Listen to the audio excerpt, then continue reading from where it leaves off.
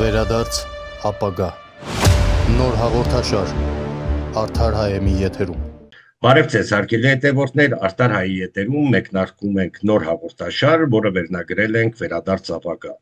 Հաղորդումը վարելու ենք մենք, Էդգար Մակարյանը եւ ես Արմեն Ներսիսյանը, Հայոց աշխարհաժողով շարժման անդամներս։ Հաղորդումը վերաբերելու է հայոց քաղաքակրթական ապագայի ճարտարապետմանը եւ մենք, ինչպես ասեցի, վերնագրել ենք Վերադարձ ապագա։ Իհարկե, վերնագիրերի մեջ խորքային ուղերձներ է պարունակում, որի մասին կանդրադառնանք մեր հաղորդումների ընթացքում, աստիճանաբար շերտերը բացելով, բայց մենք համոզված ենք, որ հայոց քաղաքակրթական ապագայի ճարտարապետումը առանց վերադարձ մեր քաղաքակրթական արմատներին, կամ ինչպես մենք հաճախ ձևակերպում ենք առանց վերադարձ մեր քաղաքակրթական մատրիցայի, անհնար է։ Այսինքն, ապագայի կառուցումը առանց քաղաքակրթական ժառանգության անհնար է դառնում, եւ սա ցույց է տալիս մեր ներկա իրականությունը, իսկ ներկան դառնում է անցյալը ապագային կապելու այն կարևոր կենսունակ պորտալարը։ Հետևաբար վերադարձ ապագա եւ վերադարձ ապագան ինքը տարբերվելու է թե իր բառապաշարով, թե խորքային ուղերձներով ներկա բարձունակ պրիմիտիվ քաղաքագիտական իրականությանը կամ քաղաքական շոուներին եւ մեր հաղորդումը իր մեջ ներառելու է տրամաբանական ընդհանրություն, այսինքն յուրաքանչյուր հաղորդում ինքը հենվելու է նախորդ ասելիքի վրա եւ փորձելու է մեզ տանել դեպի այդ ապագան քաղաքակրթական ապագա։ Նշենք նաեւ, որ չենք նախատեսում հաղորդաշարը երկար լինի, որովհետեւ հստակ գիտենք ինչ ենք ներկայացնելու եւ ինչ փուլերով ենք ներկայացնելու։ Դերևս այսքանը նախաբանի մասին, խոսքը փոխանցեմ Մակարյան ձեզ, խոսենք վերադարձ ապագայի, այսպես շատ համառոտ վերադարձ ապագայի մասին ու անցնենք այսօրվա կոնկրետ հաղորդմանը։ Եղավ, շնորհակալություն։ Այո, ինչու վերադարձ ապագա, որովհետև կյանքը այսօր ներկան մեր համար իմաստավորվում, արժևորվում է երկու կարևոր հանգամանքով, ոչ միայն ներկայի մեջ ապրելու այսած իներցիայով, այլ ամենակարևորը ապագայի հանդեպ ունեցած ծրագրերով, ապագայի տեսլականով, ապագայի հանդեպ հույսով եւ հավատով, եւ մյուս կողմից այդ ամենը խարսված անցյալի արժեքայնության վրա, անցյալի ժառանգության վրա։ Այսինքն ներկան մի կամուրջ է, որը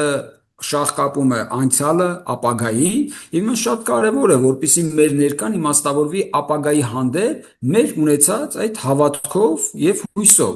Հիմա խնդիրը ինչու վերադարձ, որտեղ այո մեր հայացքը ուղղված է դեպի ապագա, բայց մյուս կողմից մենք մեր ետևում, մեր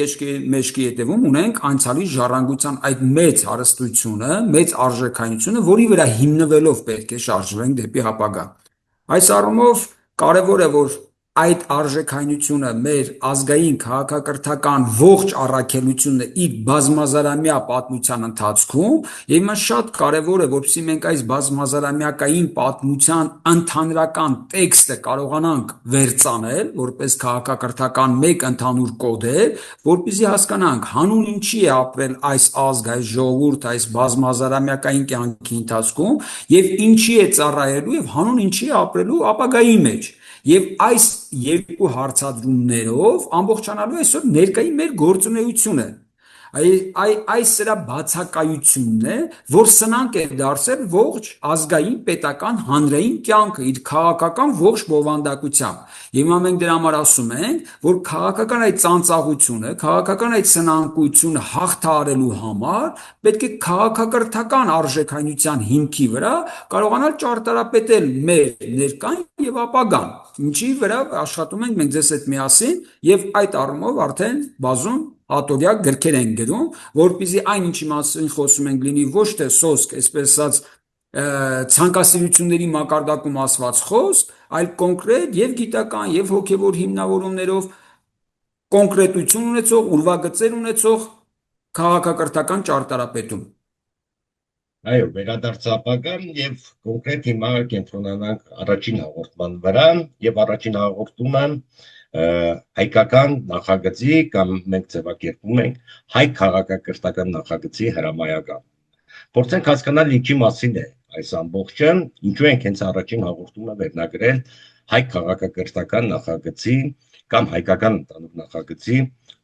արկայությունը։ Չխոսենք այն ամենի մասին, ինչ գոյություն ունի այսօր մեր իրականության մեջ, այդ կոպիտ ասած անհասկանալի, անարժեք փոխադարձ մեղադրանքներով լի իրականությունը, որտեղ մեկը մյուսին բացառելու անտագոնիստական տրամադրություններով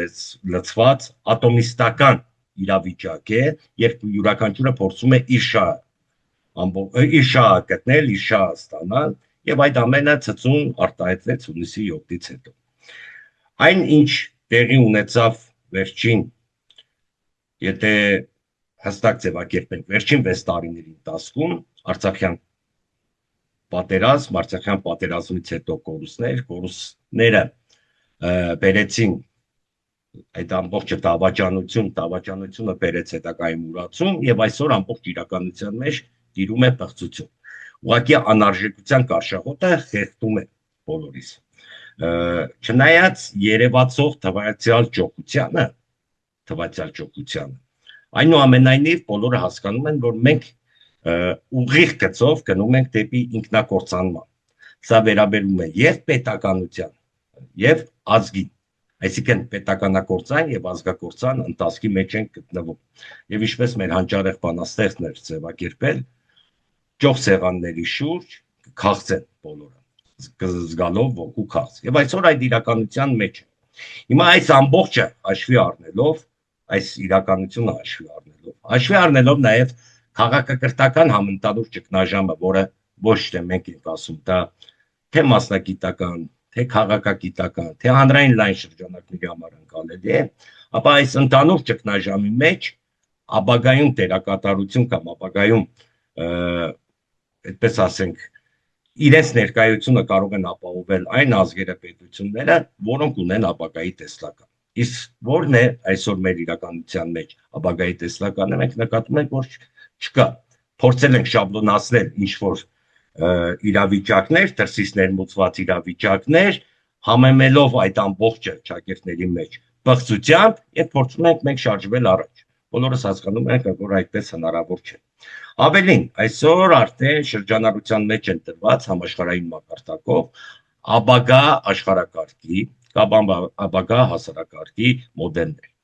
Հետևաբար հայ ազգը, մենք ավելի բարձր ձևակերպում տանք, հայկական քաղաքակրթությունը ունի ապագայի այդպիսի տեսլական։ Եվ այստեղ է որ գալիս է հրամայականը հայ քաղաքակրթական նախագծին։ Այն ճարտարապետվել է,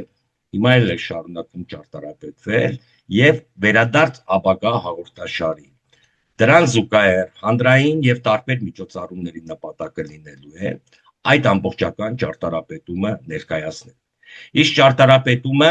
ճարտարապետումը ինքը ենթադրում է հասարակական լայն մոբիլիզացիա։ Փոխաբերական իմաստով հայ քաղաքակրթական նախագիծը մենք նաև մեր աշխատություններում ենք ձևակերպել եւ տարբեր հանրային ելույթներում ընդգծել, որ դա լինելու է այս անարժեք ջրեղեղի ժամանակ հայկի նոյան տապանը, որը հնարավորություն է տալու ազգի եւ քաղաքակրթության առողջ մասնիկներին իր հարկի տակ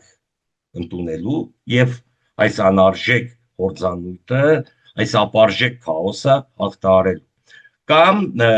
այլ փոխաբերական իմաստով դա Մարութա տաճարի ուրվագիծն է, իսկ Մարութա տաճարի կառուցման համար անհրաժեշտ են հասարակական լայն մոբիլիզացիա, այն շինարարները, որոնք ներգրավելու են եւ մեր մայր տաճարը կառուցելու։ Իսկ ուղիղ իմաստով սա քաղաքակրթական հայտ է լինելու ոչ միայն հայկականության համար, այլև ամբողջ աշխարհի համար եւ չենք, այսպես ասենք, կեղծ համեստություն անում, նշելով, որ ոնց կարող ենք մենք քաղաքակրթական հայտ տալ, չնայած շատերը կարող են զուգահեռ ասել, որ այս ներկա իրականությունում մի հատ մեր խնդիրները չլուծած հիմա հայկական քաղաքակրթական հայտ ամբողջ աշխարհին, այո, այդպես պետք է դիտարկել, որովհետև ապագան պետք է նայել բարձրունքից։ Սողունի մակարդակով ապագան չի երևում։ Շատ բան չի երևում։ Հետևաբար մեզ պետք է մեծ թռիչք եւ այդ թռիչքի համար համապատասխան նախագիծ։ Խոսքը վերաբերում է հայ քաղաքակրթական նախագծին կամ քաղաքակրթական պլատֆորմին, երբ որ մենք հաջորդի մեր հաղորդումների ժամանակ շերտերը բացենք, ավելի մանրամասն կդիտարկվի։ Այսինքն հայ քաղաքակրթական նախագծի հրամայականը ներկա իրականությունում բոլոր քաղաքագիտական տերմինաբանության եւ գործընթացների արդյունքում բացահայտեց, որ այլ ընտրանք չունի։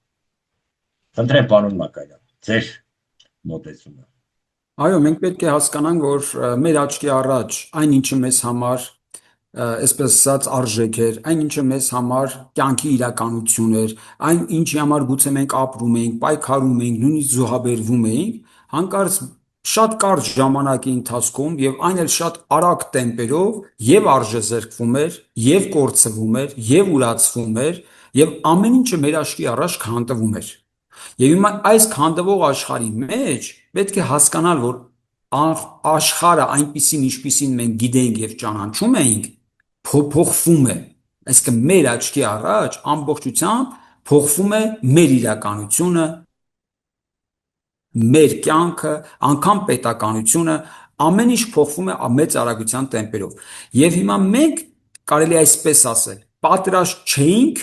եւ չենք այդ մեծ արագությամբ տեղի ունեցող փոփոխություններին համարժեք արձագանքելու եւ կասեցնելու եւ նույնիսկ կարելի ասել հնարավոր էլ չէր կասեցնել, որտեվ քանդվող այդ մեծ ալիքը, որ գալիս է քանդելու։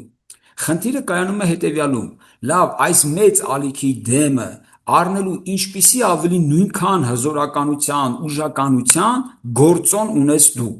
Եթե չունես, ապա այս ալիքը հեղեղի պես քեզ քշելու է տանել։ Ձեր ասած այդ նոյան տապանը, որ ասում եք, այդ համարժեք փրկության այդ տապանը կա թե չկա։ Եվ այստեղ մենք ասում ենք, որ այդ հին աշխարհի քաղաքագիտական միտք կլինի, կուսակցական, չգիտեմ,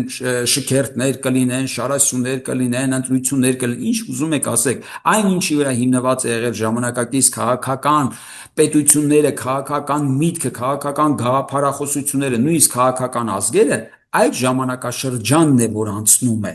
Եվ հիմա գալու է մի նոր ժամանակաշրջան, որը բերելու է իր փոփոխությունները, իր տրամաբանությունները, իր փիլիսոփայությունները, որոնց հիմքի վրա կառուցվելու են համակեցական պետական կյանքը։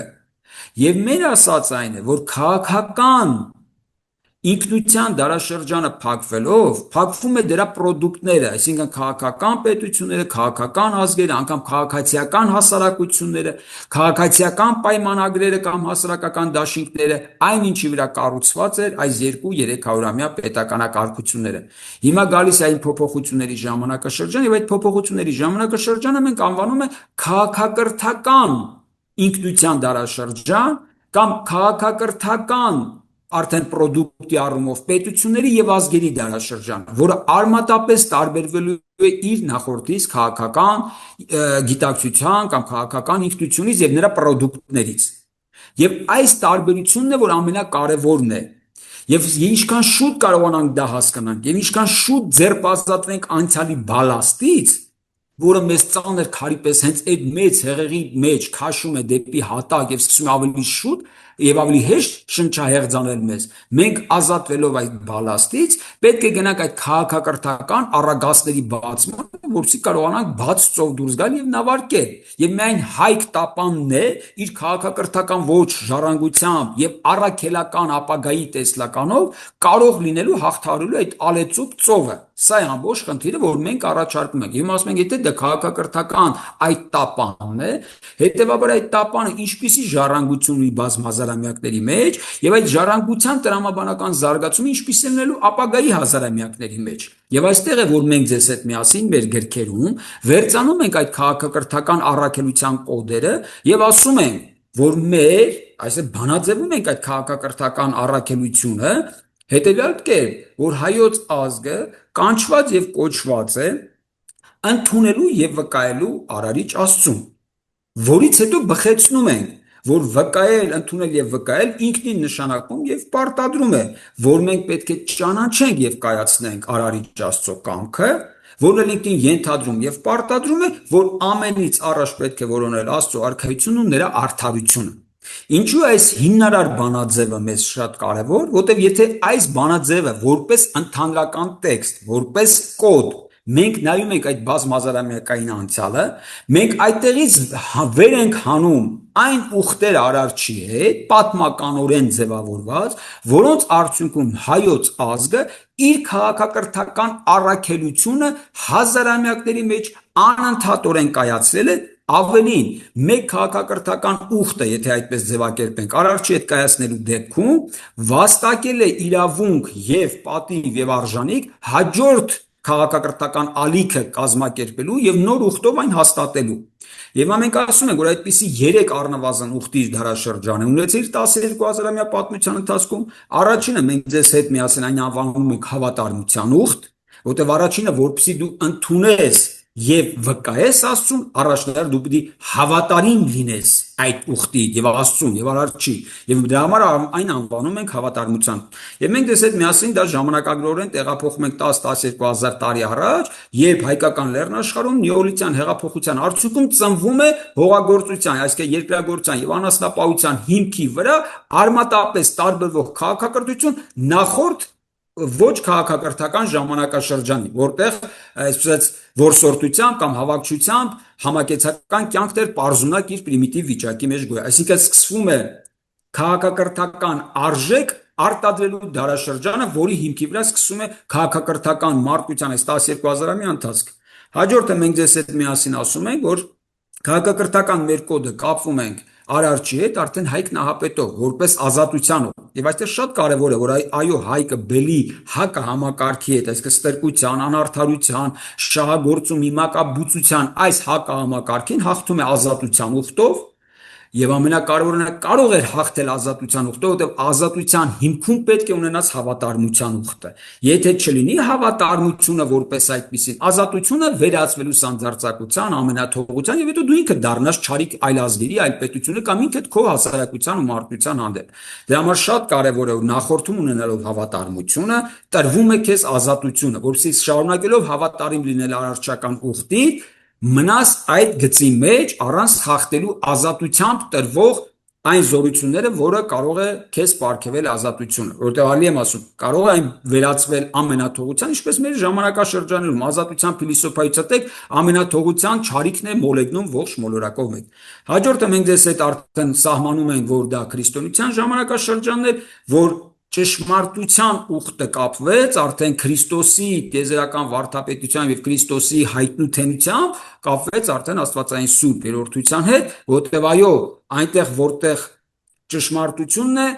այնտեղ ազատությունն է, այնտեղ որտեղ Աստծո ոգին է, այնտեղ ազատությունն է, որտեղ եւ ազատությունը եւ ճշմարտությունը եւ Աստծո ոգին դա նույնական է եւ միակունք են եւ նույնն են։ Հետևաբար այդ ժամանակ ճշմարտության ուխտով եւ հիմա եկել է մի նոր ժամանակաշրջան, որ Արարչի հետ մենք ուխտը պետք է կապենք արդարության հիմքի վրա, որտեղ առանց արդարության, որը ճշմարտության այսպես ասած դրսևորումն է, արտահայտությունն է, մենք հաղորդ չենք կարող լինել ճշմարտության հետ, որտեղ արդարությունը ոչ այլ ինչ է, եթե ոչ ճշմարտության որոնում։ Սա հիմնարար կարևոր խնդիր է, որտեղ անընդհատ ճշմարտության ուխտի հետ քո խնդիրն է որոնել արարչական ճշմարտությունը, որը մարդկային բանականությունից վեր է, որը կարող ես ընկալել նաև արդարության միջոցով եւ այդ արդարությամբ անընդհատ ճշմարտությունը որոնելով եւ նրան մոտենալով։ Եվ դրա համար է նաև ասված, որ ամենից առաջ որոնեք Աստծո արքայությունը եւ նրա արքայությունը եւ նրա արդարությունը։ Հետևաբար ներկայիս ուխտը պետք է կապվի արդարության հիմքի վրա։ Եվ սա է լինելու քաղաքակրթական այն անցումը, որը ապահովելու է ոչ թե զուտ քաղաքական ազգի, քաղաքական պետության,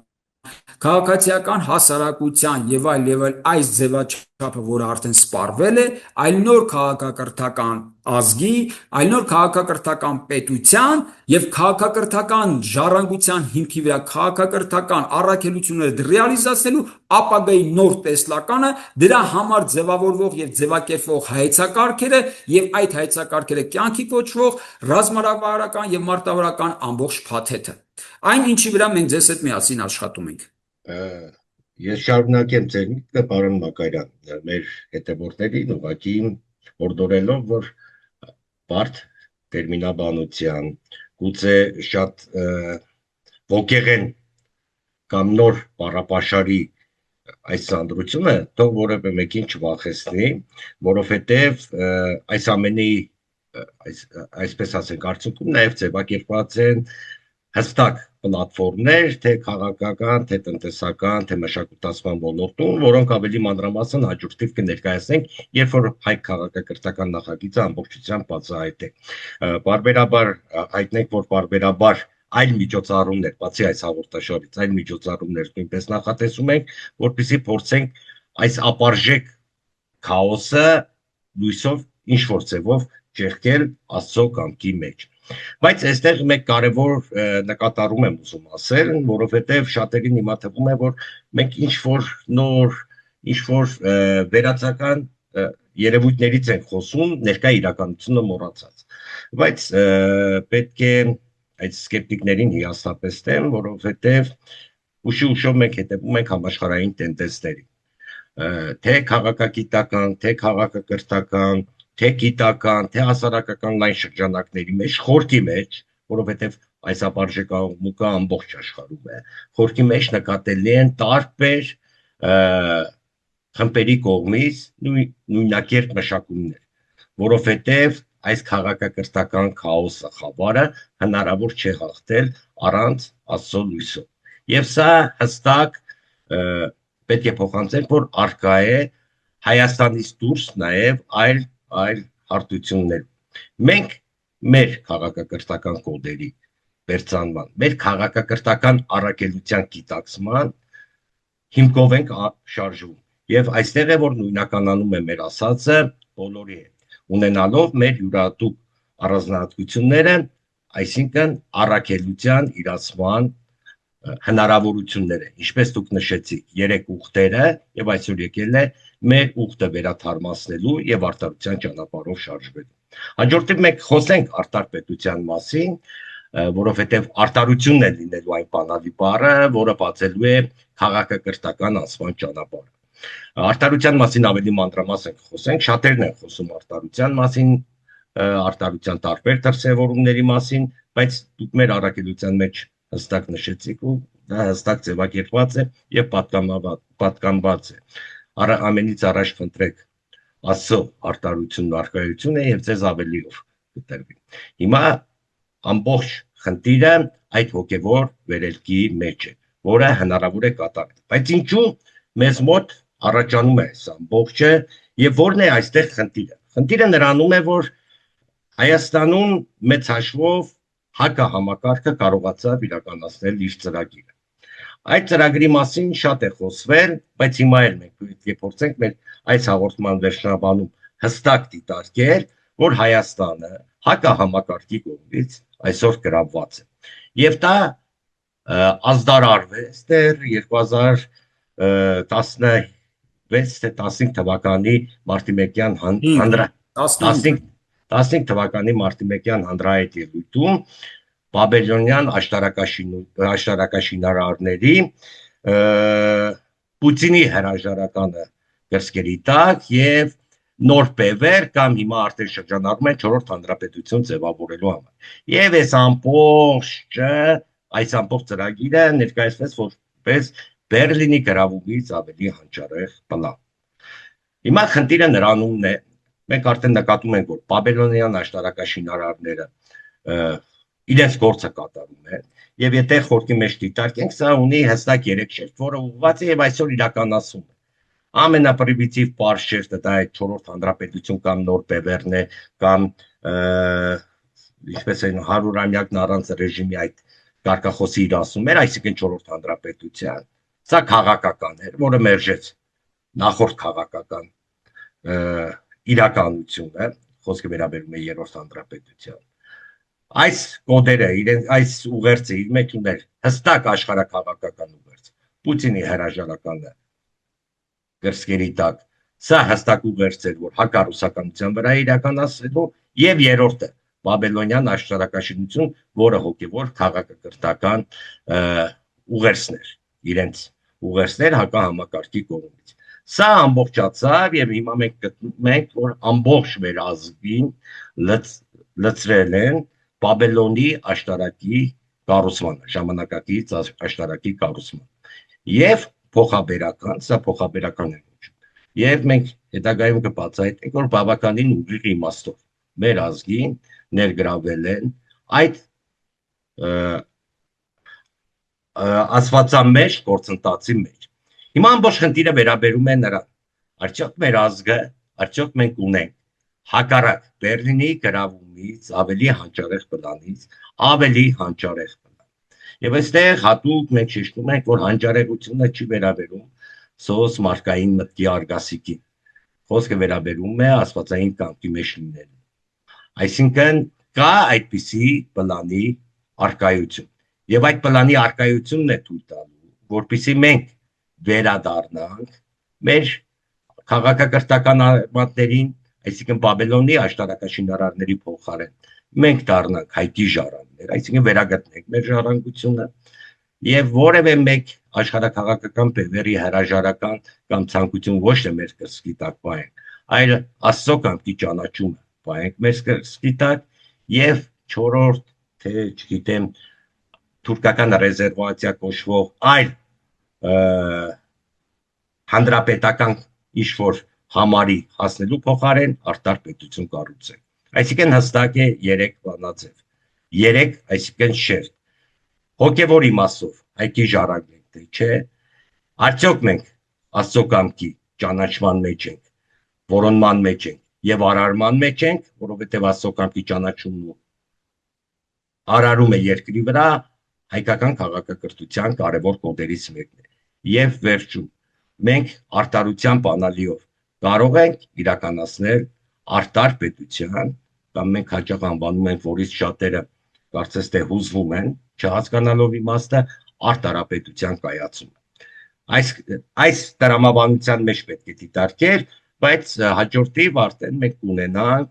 յուրաքանչյուր շերտի մանրամասն բացում, ճարտարապետում, ներկայացում, եւ եթե հնարավորություն լինի, մտածում ենք նաեւ այդ ուղղությամբ, որ մեր հաղորդումների ընթացքում զուգահեռ հստակ գծապատկերների միջոցով ամբողջը կներկայացնենք,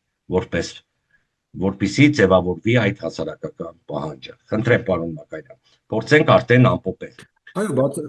Այո, բացարձակապես ճիշտ եք ասում, այո, Բաբելոնյան աշտարակաշինությանը պետք է հակադրել հայք քաղաքակրթության տեսլականը, որտեղ մենք, երբ ասում ենք քաղաքակրթական ժառանգություն, քաղաքակրթական կոդեր, ընդամենը սրանից 5000 տարի առաջ, այսպես ասած, արդեն այդ քաղաքակրթական ժառանգությամբ եւ այդ քաղաքակրթական կոդերով մենք հաղթել ենք բելի չարի հակամակարգին։ Հետևաբար հավատարմությունը սեփական ժառանգությանը քաղաքակրթական մեծ ստիպում եւ պարտադրում է անցնել նույն ճանապարհը, դուրս գալ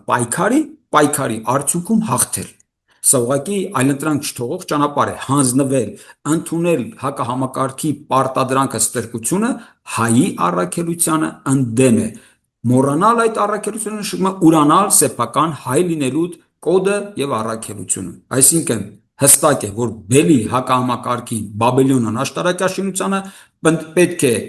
ներկայացնել մեկ այլ քաղաքակրթական մեգա նախագիծ, որը հայք քաղաքակրթական առաքելության իրացումն է։ Երկրորդ, ինչպես ասեցինք, եթե աշխարհակաղակական, այսպես ասած, հյուսիս, հարավ, արևելք, արևմուտք այս երկփեղվածությունը մեզ ոչ մի տեղ չի տանելու, եթե մենք խոսում ենք քաղաքակրթական առաքելության մասին, ինքնին ենթադրում է, որ ձևավորել քաղաքակրթական նոր օջախ, քաղաքակրթական նոր առանց, որի արդյունքում դու կարող ես աշխարհի հետ հարաբերվել քաղաքակրթական երկխոսության, ստեղծարար համագործակցության միջոցով, ավելին ասենք, համարարչության միջոցով։ Այսինքն մենք խոսում ենք արդեն քաղաքակրթական համարարչության մասին, եւ եթե դուք նշեցիք, որ աշխարհի տարբեր տեղերում, տարբեր ծագերում այս քաղաքակրթական յուրաքանչյուրը իր կոդերի որոնման մեջ է եւ դրանով վերածրագրավորելու, վերածածկագրելու խնդիրն ունի իր սեփական ազգի ժողովրդի ներկան ու ապագան, հետեւաբար այդ ծածկագրերով եւ այդ առաքելություններով բացվում է քաղաքակրթական ստեղծարար համագործակցության մեկ հսկայական հազարամյակային արենա։ որտեղ պետք է ուղղակի ստեղծագործել եւ արարել բոլորի հետ միասին, այսինքն պարզունակ քաղաքական եւ աշխարհաքաղաքական երկբևեռվածության մեջ հյուսիս թե հարավ ընտրության խնդիրը ինքնին վերանում է այս տրամաբանության մեջ։ Եվ այո, այնինչ դուք ասում եք, որ այո, մեր առջև խնդիրը դրված է երրորդ հանրապետություն թե չորրորդ հանրապետություն, երրորդ հանրապետությունը իր վախճանաբանությունը, այսպես կարելի է ընդունվի թե չընդունվի, ամենայնպես դա է փաստում իրականությունը, հունիսի 7-ով փակվեց երրորդ հանրապետությունը, ապա մենք առաջարկում ենք ոչ թե վերադարձ երրորդ հանրապետություն, ոչ թե չորրորդ հանրապետության թուրքական ակցիայի մեջ հայկական փոքրիկ ռեզերվացիա Նախիջևանի տրամաբանական ավարտով, այլ մենք առաջարկում ենք այդ քաղաքակրթական ժառանգության վրա հիմնված արդար պետականություն եւ արդարակարգ մեր հասարակական կյանքի հարաբերությունների մեջ հայք նոր տապանով նավարկել համաշխարհային մեծ օվկիանոսով քաղաքակրթական երկխոսությունների այդ բաց ծովում երկխոսելու եւ համագործակցելու եւ համարելու նմանատիպ քաղաքակրթությունների եւ մարդկության առողջ շրջանակների հետ։ Շնորհակալություն պարոն Մակարյան, ավարտենք հստակ ամփոփումներով։ Այսպիսով Արտարհայի եթերում մեկնարկում ենք վերադարձ ապագա հաղորդաշարը, որը ոչ թե գեղեցիկ անվանում է, ինչ որ ինտրիգային անվանում է, այլ հստակ ուղերձ է իր մեջ շարունակում։ Վերադարձ մեր քաղաքակրթական արմատներին մատրիցա, որպեսզի արարենք ապագա։ Այսօր մենք խոսեցինք հայ քաղաքակրթական նախագծին, որպես ներկա ապարժեքությանը, կամ ներկա անորոշությանը, կամ ներկա տկայությանը այլընտրանք, որովհետև ապագան առանց նախագծի անհնար է կառուցել, փոխաբերական իմաստով էլ դա ձևակերպեցինք որպես ներկա կորցանույթի, ապարժեք կորցանույթը հաղթարելու հայք տապանը, որը առանց այդ տապանի անհնար է այս անարժեք կորցանույթը հաղթարել։ Եվ երրորդն ու վերջնական շերտը դա վերաբերում էր այսօրվա Հայաստանի գրավված վիճակին հասցրած այդ ամբողջ նախագծի այլընտրանքի առկայությանը։ Խոսքը վերաբերում է Բերլինի գրավումից ավելի հանճարեղ պլանից, ավելի հանճարեղ պլան ունենալու։ Եվ այստեղ է, որ մենք ձևակերպում ենք մեր բաբելոնյան աշտարակաշինարարների փոխարեն, նորօրյա աշտարակաշինարարների փոխարեն հայկի ժառանգների վերագտնում, այսինքն մեր քաղաքակրթական հիմքի վերագտնում եւ Աստծո կամքի ճանաչման մեջ շարժվել դեպի արտարապետության կայացման։ Քանի որ, ինչպես Մակարյանը նշեց, երրորդ հանրապետությունը հունիսի 7-ով կնքեց իր վախճանը, ցավալի է, բայց պետք է արձանագրենք, իսկ չորրորդ հանրապետությունը, որը տանում էր դեպի թուրքական ռեզերվացիա, իսկ մենք գիտենք ինչ է տեղի ունենում թուրքական ռեզերվացիայում, ցեղասպանությունից սկսած մինչև Նախիջևան, ապա արդեն հստակ էր մեր ճակատագիրը։ Եվ հաջորդ հաղորդման ընթացքում մենք խոսելու ենք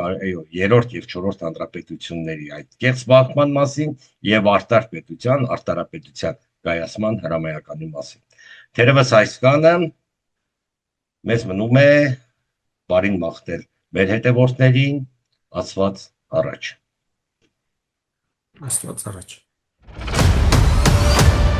Վերադարձ ապագա։ Նոր հաղորդաշար Արդար Հայեմի եթերում։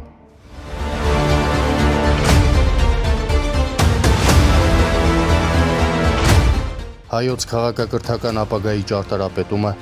Արմեն Ներսիսյանի և Էդգար Մակարյանի հետ։